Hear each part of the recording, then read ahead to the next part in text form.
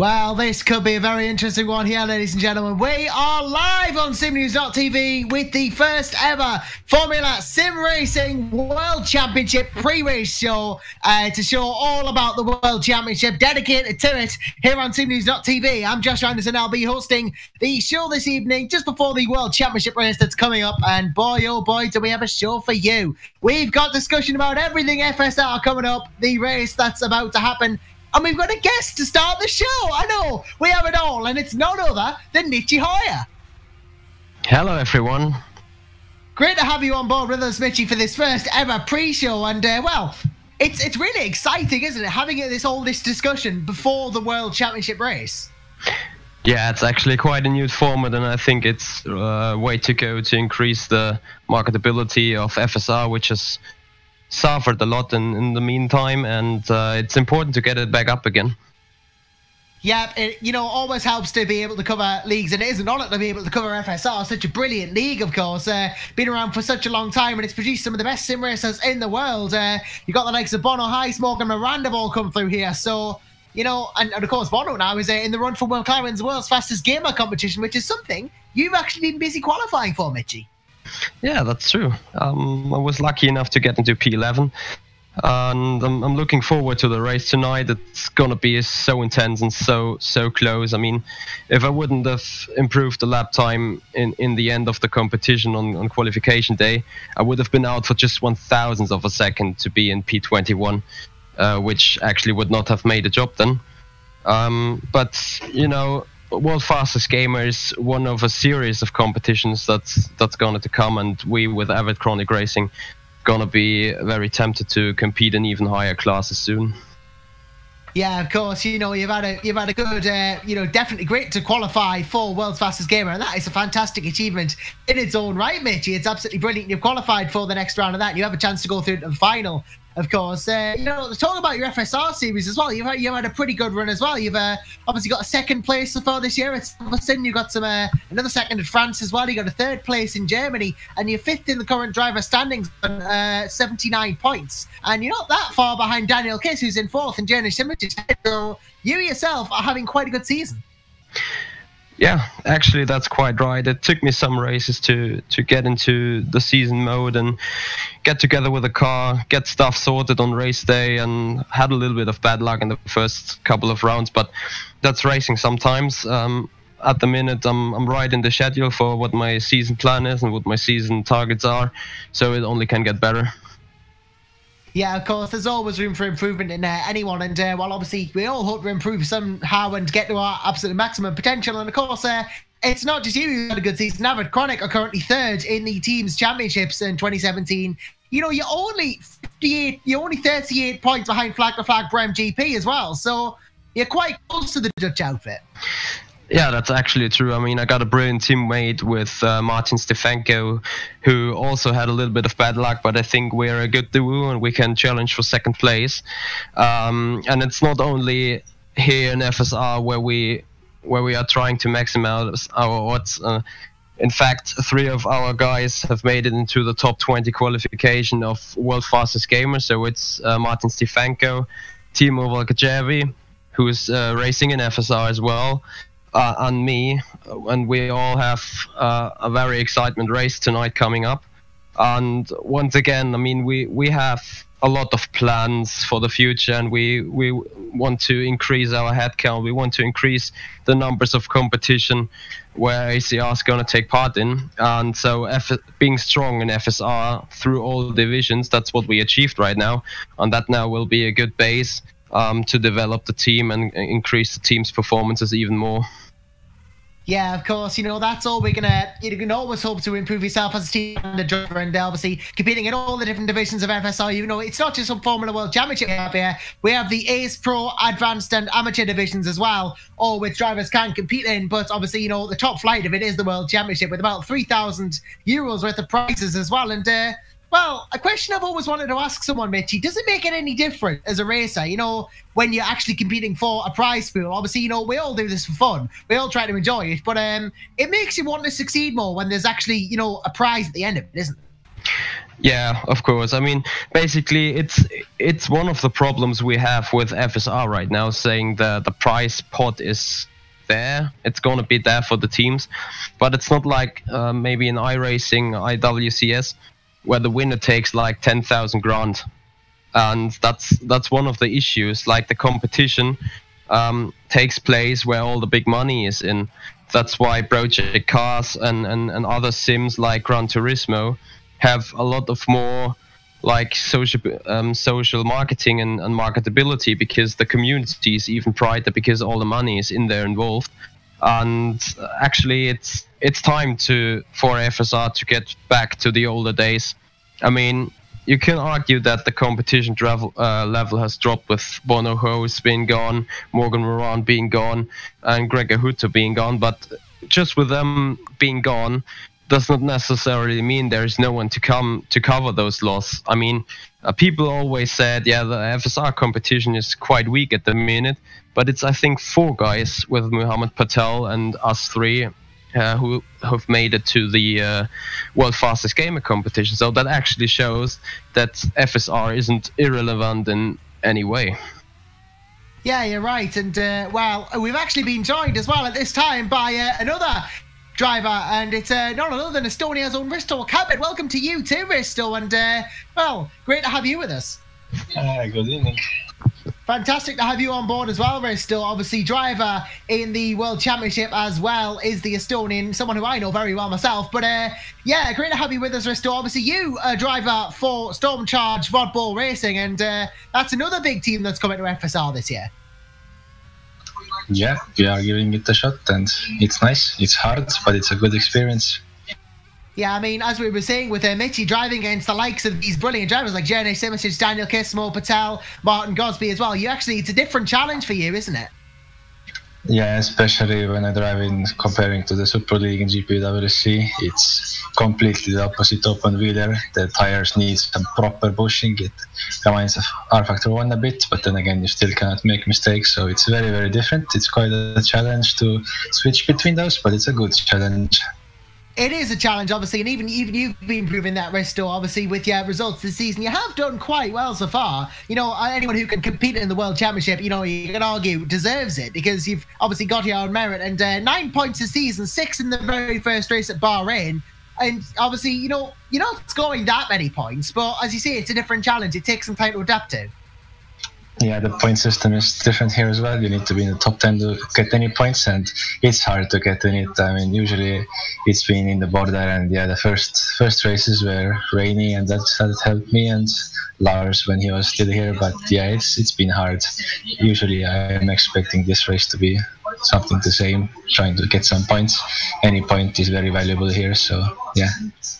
Yeah, of course, it's Spa-Francorchamps as well, the upcoming World Championship race today. And, well, it's a track you obviously must drive a fair bit as a sim racer. It's a very interesting track, of course, in many ways. Lots of different challenging corners. And, well, Risto, what's been the hardest part for you about preparing for this race? Well, something that's always the case on these cars, they're without DRS and quite high dirty air, and also this track, it's to get the level of wing right, top speeds, so that will be a challenge to see who goes for what and what will be the best way to race. For sure, the fastest way around the lap is not the most optimal wing for the race, so it will for sure be hard. So setting up the car, again, it's different to Super League. I think in Super League, the cars, there are a few things you need to do, and then your car is set up for almost the whole of the season. But on this car, well, people have said that you can do a lot of different things to set up, and it still kind of works. You can be fast, but there's still lots of things to tweak on the suspension, so maybe getting that right is quite a challenge. So I'm not certain at all what I have or what do we have, what speed we have, but should be good racing for the points. Is always the best thing about FSR is the racing. Everybody's very professional, and especially it's evident in the first corner in the World Championship. Always nobody makes any silly moves, everybody breaks early, so if nothing else, then you can expect great racing. Yeah, we can expect great racing out of Formula SimRacing today at Spa-Francorchamps in the World Championship race. I guess we can ask you the same question, Mitchie, as quite a seasoned veteran of the World Champion yourself. What for you is the hardest bit of preparing for a World Championship race? Well, I think Risto already said it. Like, there's different philosophies that you can have on the car setup. I did not so much testing for Spa this round, and I'm very happy that I found a guy called Jan von der Heide, who's actually playing a lot, racing a lot on iRacing, and he's going to replace me for today's round. And I'm really happy he joined our team and he's part of our future strategy. But what I found out with him together while preparing him for the race tonight is that you can have so different settings on the car and they actually work or don't work.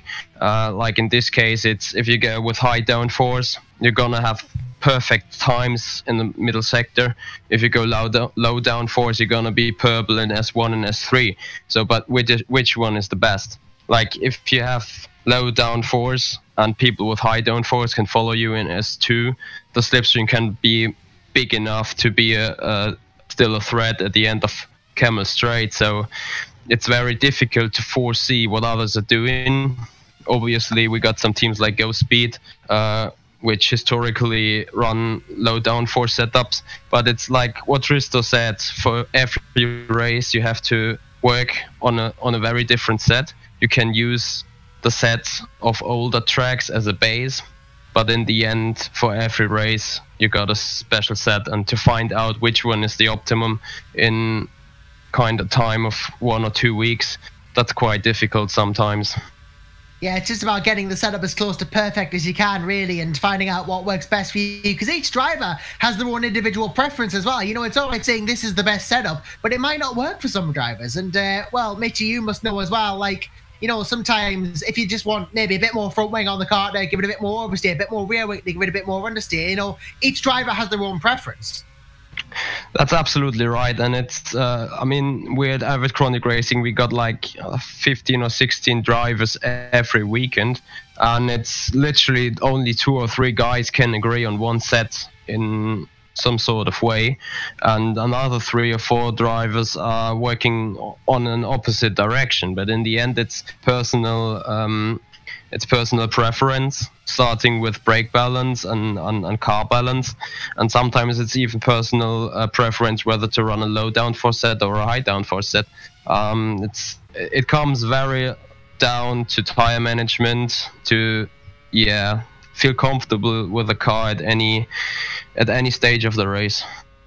Yeah, it's all about that comfort, and I tell you this, if we can just look at the driver's standings for a minute, I'll tell you this, Mo Patel is very comfortable at the front of the Drivers' Championship at the moment. He's 70 points clear of Martin Gosby in second place, the next driver down, and Patel has pretty much won or come second in every single race he's entered this year, with the exception of Silverstone. So really has been the dominant force in this championship this year, on course to become FSR World Champion for the first time ever. Of course, he came close once before, did Mo Patel. He was a runner-up once before in the World Championship, and that was actually, looking at a statistical championship, that was in 2015. He came runner-up to Peter Burlak. So he has been close before, Mo Patel, but this time around, he looks like he's going to get the job done. He's going to win the World Championship. Martin Gosby obviously 70 points behind, and then 97 points in third place is Jernej Simoncic, who, you know, always a strong driver, won in Canada, and, you know, he knows how to win a race, does Jernej Simoncic. He's really quite talented indeed. Daniel Kiss, of course, 4th place, and then our very own Mitchie Hoyer, who's with us in 5th, as we mentioned.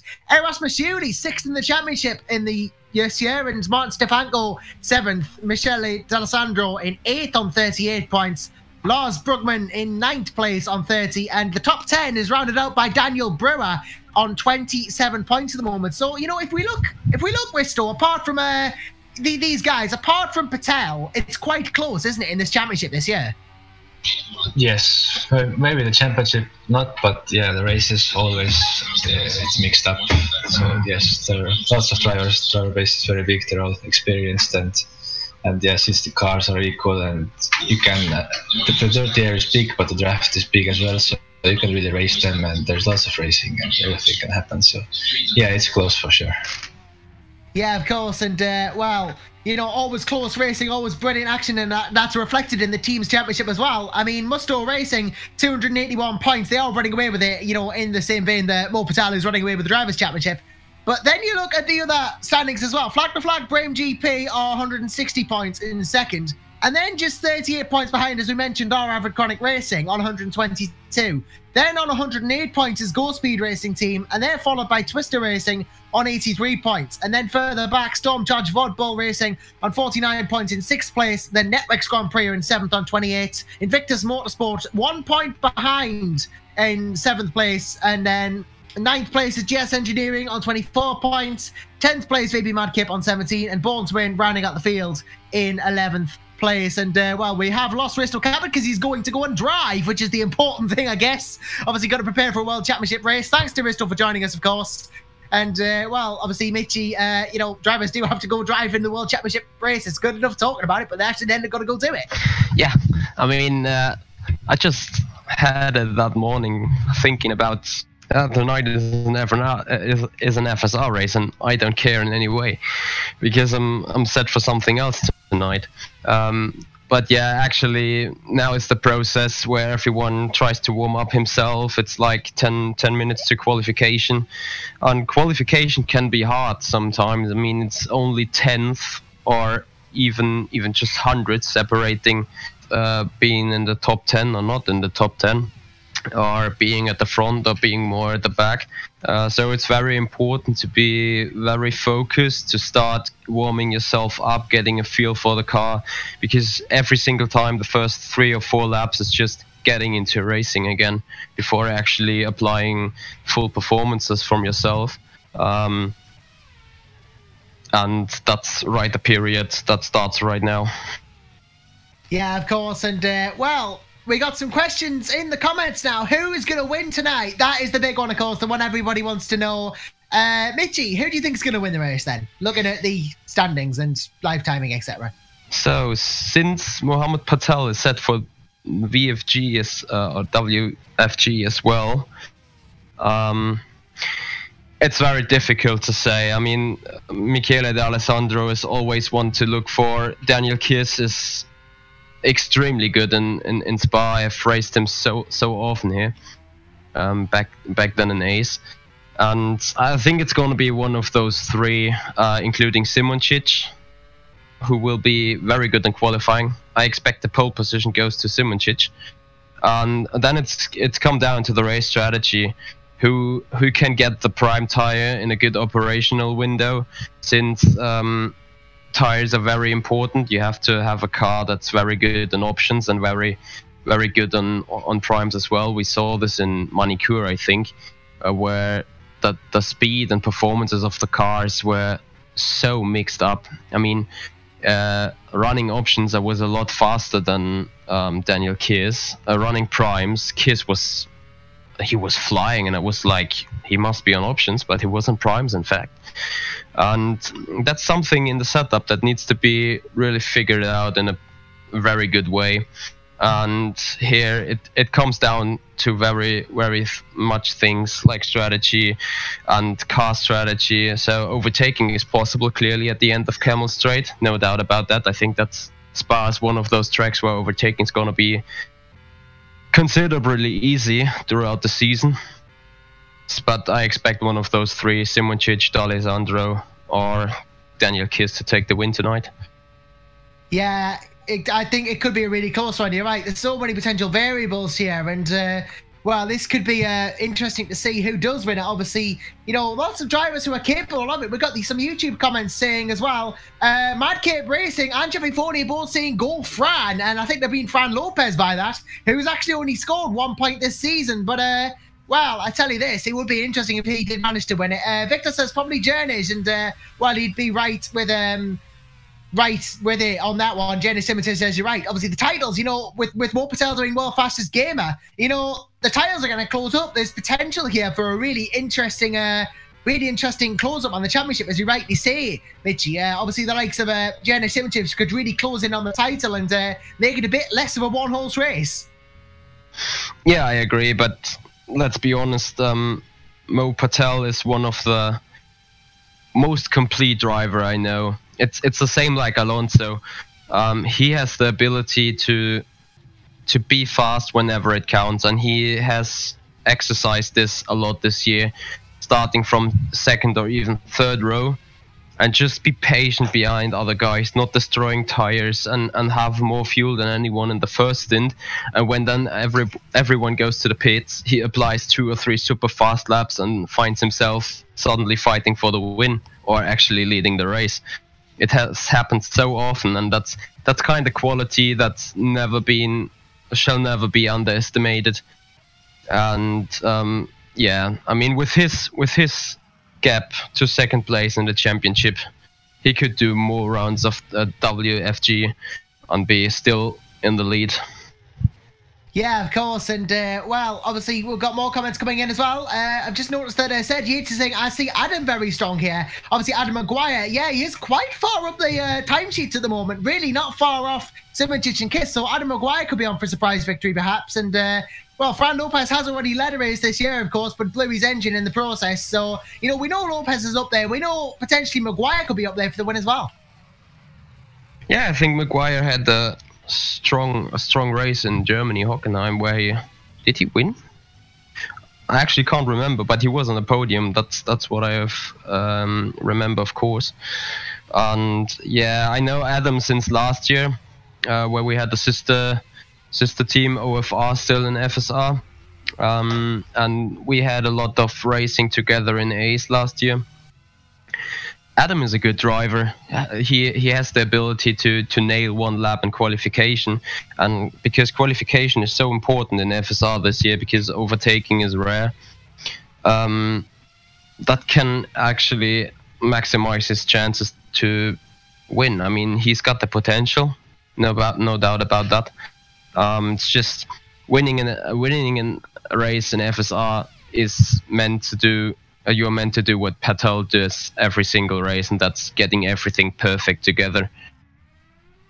Yeah, it's just really about getting it all together, and ultimately that's just what's going to decide who wins this race, who gets it all together the best, and who does this. And well, let's go through the free practice timesheets at the moment in a bit more detail. See if we might be able to read anything into this. I know it is free practice, but it could still mean something. So we have Jurnej Simoncic currently leading the standings at the moment on a 144.317, and then just 0.046 behind is Daniel Kiss with a 44.363, and then just a 10th off is Eros Masuli on a 44.4. So this is how close it is in Formula Sim Racing. Really close-knit stuff. Dominik Vyzienko as well, replacement in the Stormcharged Vodbull car as well. He is in within 3/10 as well of Simoncic. So, well, Daniel Kiss has actually just gone, sorry, Michele D'Alessandro's gone within a 10th as well. So, again, that's gone really close as well. This is how quickly and how much it changes here in FSR. So much happens. Bristol Cabot within 3/10 as well. 7th place is Giordano Valeriano as well, again within 3/10. Then you go to Martin Gosby, 2nd place in the championship, who's 6/10 down. So he's not entirely out of a race win yet, you might argue. Yeah, I mean, it's still 5.5 minutes to go in free practice, but it's the very 3 and the top right now that I expected to be there. And yeah, as you said, I mean, Spa-Francorchamps is the longest racetrack throughout the calendar. But imagine, I mean, even on a track like Spa, the first 4 positions are separated by just a little bit more than a 10th of a second. And well, that actually... Sorry, Mitchie, hold the bus. I've just seen Mohammed Patel has joined the server. Now, that is weird, because I thought he was doing World's Fastest Gamer. Oh, so where are I, yeah? So, there must have been a bit of something must be going on there, because Mohammed Patel is on the server and driving. Well, I tell you this is interesting. I hope for him that he does not mix up time zones here, because he has been 18th in the World Fastest Gamers section. I just looked it up, and also Fran Lopez and Masculi, who were 21st and 22nd. Oh no, that was round 1. Sorry. Yeah, he's actually setting times more Patel on the server. This is unprecedented. I thought he was going to be this is our championship leader. I thought that he was going to be in the World's Fastest Gamer competition, and he's doing FSR. Well, that's going to be interesting now, isn't it? This is warm up, and well, that's very interesting. This is pre-race. This could throw everything back into the box again, because now he might be able to win the race. That's very interesting indeed. I mean, he was 17th for round 2 qualification, so that actually means either his lap was cancelled because of cuts or anything, and I don't expect that, or the other possibility would have been he said, no, I don't race World Fastest Gamer, I race for FSR. But that's another thing I wouldn't expect of him. Well, I am being told by several people here that it is possible just for you to do both, but it's going to be a very tight squeeze. So maybe Mo's decided he's going to try and stop the gap from being massively dented at FSR today, then go do WFG. I don't know. I don't want to destroy parties here, but it's mandatory to join the server in the briefing in 1 hour and 45 minutes, and that's definitely not gonna happen if you are racing FSR to the end. That's the reason why ACR keeps out FSR this round. Wow, this is interesting. Maybe someone should told him. I mean, that the qualification of World Fastest Gamer starts 9 p.m. Central European time, which would be in 2.5 hours, and that actually is possible to do both.